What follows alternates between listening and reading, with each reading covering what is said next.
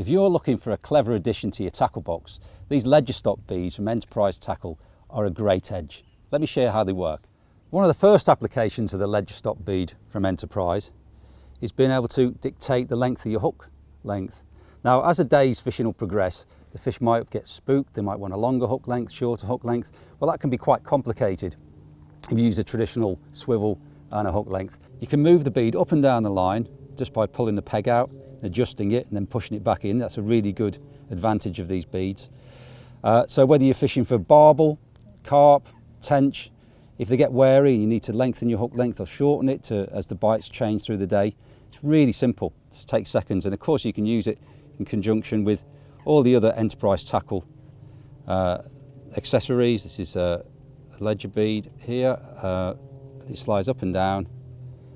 Absolutely perfect. It doesn't move, it's rock solid. But there are other aspects to this ledger bead. Let me show you what they are.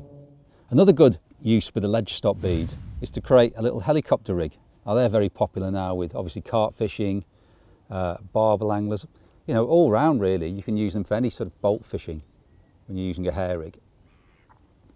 So you put one bead, you put your lead on, you put one bead on above the lead. Now you can put the peg in if you want to. You don't have to, because of course the top bead will provide the brake on the swivel. So I'll show how it works. So we've got a bead, then we've got a swivel, which is your hook length spinning round, then a second bead, and then we'll put the peg into that top bead. But you can have it, you can push the whole thing up, give you more of a spin, or back down against the lead. But that is anti-tangle, and it'll cast like a rocket. One of my favourite edges with a ledger stop bead is a link ledger setup, and I use it for my barbel and chub fishing. It's very simple. You put the bead on your main line, and then you have a bit of line, some shot on it. The shot obviously depends on how fast the flow of the river is or how far you're casting on the lake.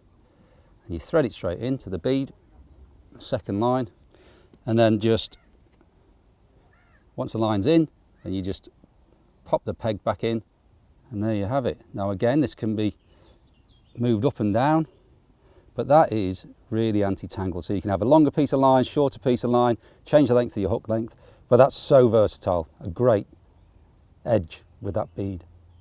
Another great use for these ledger stop beads is of course floater fishing. We all love floater fishing in summer, so exciting.